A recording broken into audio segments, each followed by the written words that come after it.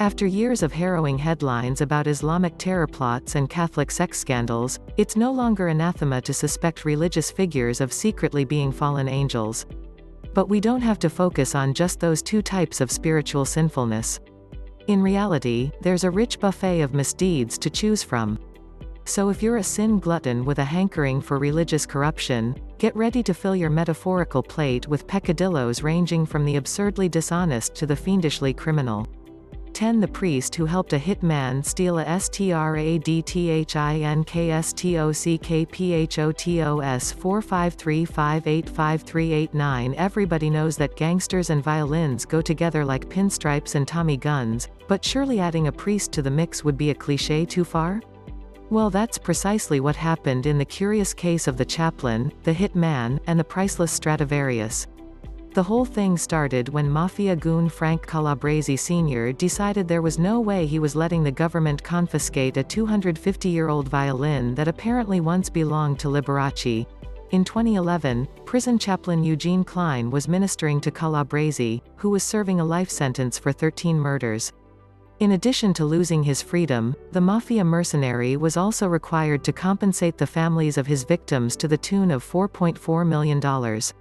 To get the money, the federal government had been confiscating his ill-gotten gains, but they couldn't find a Stradivarius violin which was allegedly hidden in his summer home. Determined to prevent the authorities from acquiring the instrument, Calabrese urged Klein to relocate it on his behalf. Father Klein agreed and began exchanging messages with the convicted murderer wrapped in religious materials. After confirming the violin's location, Klein posed as a potential buyer to gain entry to the mobster's home. He also helped devise a plan to distract federal agents who were scouring the house at the time, allowing Calabrese's associates to abscond with the Stradivarius. Unfortunately for him, the authorities soon uncovered Klein's subterfuge. He then spent 4 years denying the charges, before finally assuming the role of a repentant Catholic and confessing in court. Whether he succeeded in his mission is unclear, as the violin, tentatively valued at $26 million, has never been found. 9. The pastor who fraudulently sold his own CHURCHTHINKSTOCKPHOTOS 481882977. In St. Paul's epistle to the Ephesians, he likened the church to a bride and Christ to its bridegroom. But the congregants of California's First Congregational Church were unceremoniously thrust into divorce proceedings when their pastor illegally sold their house of worship. For nearly 10 years, Randall Raddick was the trusted pastor of First Congregational. But his treacherous streak manifested itself when he fabricated paperwork that cast him as the owner of the church and used the property as collateral for $200,000 in personal loans. From there, Raddick ginned up bogus corporate documents claiming that he had the right to sell the church, which he promptly flipped for $525,000. Raddick's lucrative con allowed him to go on a spending spree, which soon piqued the interest of local law enforcement. When the authorities began poking around, the pilfering pastor scurried off to Colorado. Forced to return and face the music, he spent 6 months in jail awaiting trial. But then the situation took a bizarre turn. While incarcerated, Raddick allegedly earned the trust of sex offender Roy Gerald Smith, who was a suspect in an unsolved 2005 murder case. According to Raddick, Smith secretly confessed his guilt in the killing. Because Raddick wasn't Smith's pastor, he wasn't under any religious obligation to keep quiet. Instead, he used the information to bargain for his freedom. In exchange for testifying against Smith, Raddick pled guilty to embezzlement and had 9 other criminal charges against him dropped. The pastor's testimony also allowed him to dodge a 16-month prison sentence, much to his former flock's fury. Allowed to return home, the remorseless Raddick began bragging about his dishonest ways on a blog and even managed to get a book deal. But he wasn't entirely in the clear. Although Raddick was spared a hellish prison stay, he still found himself facing a number of lawsuits for his financial frauds. 8. The Imam's enormous college CONTHINKSTOCKPHOTOS 507448667. Imam Shamsuddin Ali was once a well-respected member of Philadelphia's Muslim community, despite having spent 6 years in prison during the 1970s for a murder conviction that was eventually overturned. But the imam's fairy tale story of redemption came to a disenchanting end when he was incarcerated for a series of corrupt financial dealings. Ali had long been on law enforcement's radar. According to police and at least one drug dealer, the cleric's mosque received substantial financial support from Philadelphia's narcotics underworld. He was also implicated in extortion schemes. The cops were never able to collect enough evidence to prove those allegations, but their extensive investigation revealed Ali was a sophisticated fraudster who had used his mosque and a school owned by his wife to swindle multiple businesses and even the city airport. One of his more noteworthy money-for-nothing ruses targeted the Community College of Philadelphia. In 1999, Ali and his wife arranged for the college to pay them $100,000 to hold classes at their family-run Sister Clara Muhammad School. In addition, the credulous college shelled out at least $225,000 to cover staffing costs, including the wages of Ali's son and daughter, who were on board as instructors. But most of the funds disbursed for building and labor fees went straight to the family's luxurious living expenses. Few, if any, legitimate classes were ever held. This wasn't just a simple case of bad budgeting. FBI wiretaps captured 27 different incriminating exchanges between Ali and his accomplices. Caught, the crooked cleric was condemned to 7 years in the clink, which he unsuccessfully contested. His wife was initially let off with a light sentence but was later given up to a year in prison. The couple's son and daughter received probation and a 6-month sentence respectively. 7. The priest who manned a methoperationthinkpstos1019222986 Monsignor Kevin Wallen's affair with the priesthood began when he joined a seminary in 1981. From that point, his path seemed divinely inspired. Proving a powerhouse at the pulpit, Wallen became a stalwart of Connecticut's Catholic community and seemed bound to be promoted to bishop before long. But he impeded his own progress when he was suspended for cross-dressing and getting raunchy with men in his church rectory. Yet it would soon be revealed that Wallen had committed far graver offenses than the occasional rectory romp. He had also been selling meth and laundering the profits through a discreetly acquired sex toy shop. Alliteratively nicknamed Monsignor Meth by the media, Wallen had rented 2 apartments across from each other in a Bridgeport, Connecticut, complex. One of them served as his own personal meth dispensary, allowing him to fuel his own addiction while making more than $300,000 in drug sales. After noticing the bizarre goings-on, local authorities bugged the priest's phone. Wallen later dug his own legal grave by making 6 drug deals with an undercover officer. Wallen initially contested the charges, and members of his community rallied behind him. But Monsignor Meth was clearly guilty, and he eventually came clean, agreeing to a possible prison sentence of 11 years but requesting a maximum of 4. Luckily for him, the judge had mercy and imposed a relatively restrained sentence of 5 years in prison followed by 5 years of supervised release. 6. The Hasidic Jews who smuggled ECSTASYTHINKSTOCKPHOTOS 460523527 They thought they were smuggling diamonds. They were wrong. A group of roughly a dozen Hasidic Jews from New York, who all prayed thrice daily and observed the Sabbath, were paid anywhere from $1,500 to $2,000 per person to ferry suitcases from Amsterdam to the United States.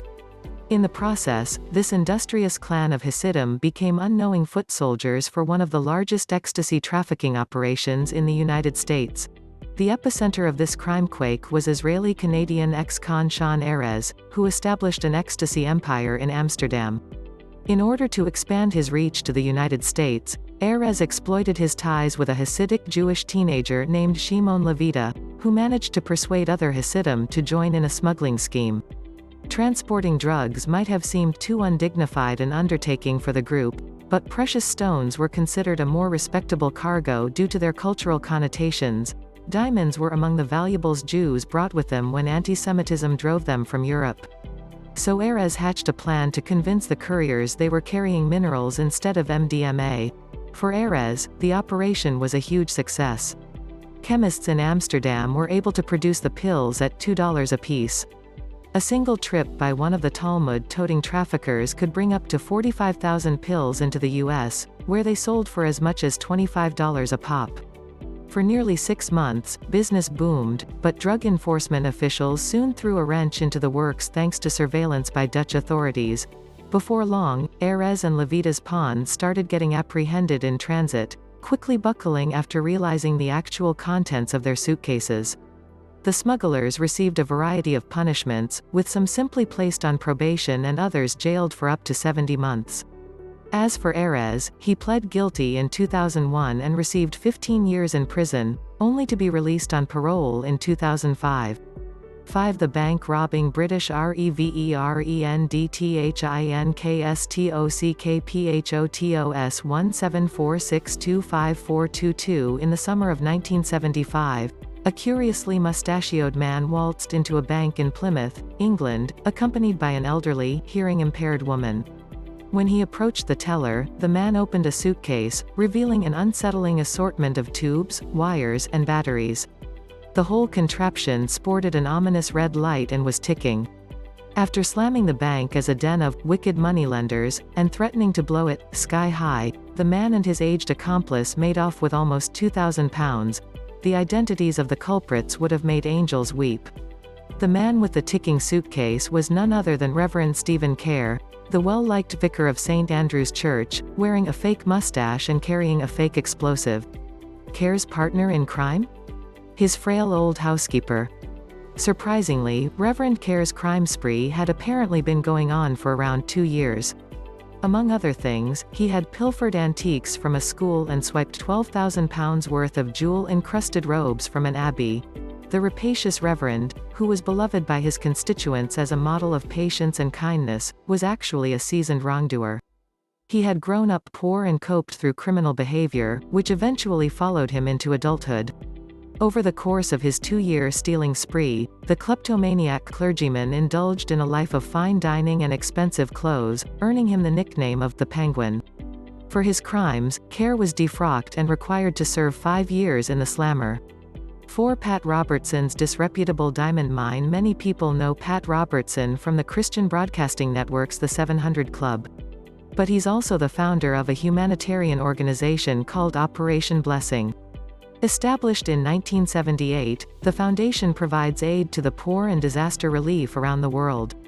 However, Operation Blessing's reputation was tarnished in the 1990s, when it was alleged that planes chartered by the charity were largely co-opted for use in Robertson's African diamond mine. In 1994, Operation Blessing had set its sights on Zaire, now the Democratic Republic of the Congo, which was struggling with a massive influx of Rwandan refugees. The group employed 3 airplanes to deliver medical supplies to the Rwandan transplants. However, according to 2 of the pilots involved, including Chief Pilot Robert Hinkle, almost all of the trips were for work on a diamond mine Pat Robertson owned in the country. After initially contesting the pilots' accusations, an Operation Blessing spokesperson later rescinded the denial and instead claimed the planes were ill-suited to carry medical supplies.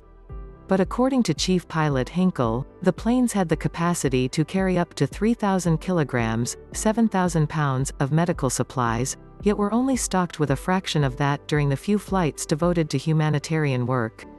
This didn't stop Robertson from vaunting his organization's mission in Zaire during episodes of the 700 Club. The televangelist even displayed a picture of an airstrip that had been constructed in the country, while failing to mention that it was part of his diamond mine, not Operation Blessing's efforts. But far more distressing than Robertson's misleading boasts is the fact that in order to get his mining operation in Zaire approved, the Christian guru needed the blessing of the country's dictator, Mobutu Sese Seko. In that sense, Robertson's humanitarian work in the country provided a convenient opportunity to talk diamonds with a dictator. Despite Mobutu's reputation for horrific human rights abuses, he and Robertson became quite chummy, which allowed the televangelist to gain entry into Zaire's mining industry.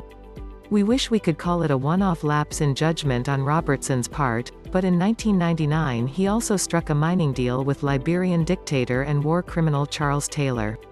3. The charitable check forging RABBITHINKSTOCKPHOTOS 147029929 to some, Joseph Prussianowski was the robbing rabbi. To others, he was the Hasidic Robin Hood. Regardless of his moniker, Prussianowski was the bane of the financial world for over 20 years, earning both the respect and ire of bankers throughout the United States, Canada, Britain, Australia, Holland, Japan, and Singapore. Prussianowski duped major financial institutions out of millions of dollars, often sprinkling portions of his illegal gains throughout ultra-Orthodox Jewish communities to assist with education, housing, and charities. The rabbi's rapport with the ultra-Orthodox probably provided him a source of refuge when law enforcement was hot on his trail and he needed to lay low. One of Prussianowski's favorite deceptions was simple but devastatingly effective. The rabbi would cash offshore checks for massive sums and disappear before the bank had time to realize the checks were worthless. In 1981, he pled guilty to using that exact tactic to bilk companies out of more than $4 million, ultimately spending 3 years in prison. Undeterred by his incarceration, Prussianowski returned to the criminal fold and stole another $1 million from the Bank of New York in 1988. In other schemes, he established bogus companies for the purpose of obtaining loans or worked alongside a partner who helped deceive financial institutions. In 1987, he was also apparently involved in a $250 million property ruse in London. With the exception of his 1981 conviction, the authorities never succeeded in punishing Prussianowski. Although the robbing rabbi was retired following a 1998 arrest in Israel, he was never extradited to stand trial for his crimes. Two the rabbis who ran a kidnapping SERVICETHINKSTOCKPHOTOS 147267347. All marriages require a little give and take. For example, when a husband or wife can't take married life anymore, they can usually give their spouse divorce papers. But that's not so easy in ultra-Orthodox Jewish communities, where a wife seeking a divorce needs to obtain an agreement, known as a get, from her husband first. When a husband refuses to permit divorce, a rabbi may intervene to apply pressure. While this generally means something along the lines of banning the husband from synagogue, a group of darkly creative New York rabbis resorted to kidnapping and torture. Respected Brooklyn rabbis Mendel Epstein and Martin Wohlmark saw divorce-resistant husbands as unwilling gold mines. Deciding that terrifying force was a valid approach to solving tricky breakups, Epstein charged desperate wives $10,000 in exchange for issuing rabbinical pronouncements okaying violence against their husbands. He would then charge a further $50,000 to deploy a kidnapping crew which forced the men to give a get while the getting was good. Methods of persuasion included tying the husbands up, beating them, and attacking them with tasers. Despite such barbarism, husbands were generally abused in ways which left few visible injuries, giving Epstein and Wohlmark the confidence to run their enterprise for years. Despite being sued by a member of the community for alleged kidnappings in the late 90s, the ruthless rabbis managed to go unscathed until 2013, when they were finally brought down by an FBI sting operation. Members of the ultra-Orthodox community eyed the charges skeptically. But that no doubt changed once Wohlmark and 6 other suspects pled guilty. Meanwhile, Epstein and 2 other conspirators were found guilty of charges ranging from conspiracy to kidnap to actual kidnapping. One the murderous pastor who preyed on the DISABLEDTHINKSTOCKPHOTOS 166675804. A priest's foremost concern should be providing care and counsel to their congregation. That typically doesn't entail committing murder. One priest who didn't get that memo is Baltimore pastor Kevin Pushia. By outward appearances, Pastor Pushia was an upstanding man of God and a champion of the disabled. In addition to spreading the gospel, he was operations manager of Ark of Baltimore, an organization which provides help to the developmentally disabled. There, Pushia encountered 37-year-old Lemuel Wallace, a well-liked blind man who lived in a group home affiliated with the Ark. Despite his disability, Wallace managed to land work as a janitor and always took care to keep in contact with his family. Unconcerned with everything Wallace had to live for, Pushia saw his death as a guaranteed jackpot. He quickly applied for multiple insurance policies, which would compensate him to the tune of $1.4 million in the event of Wallace's demise.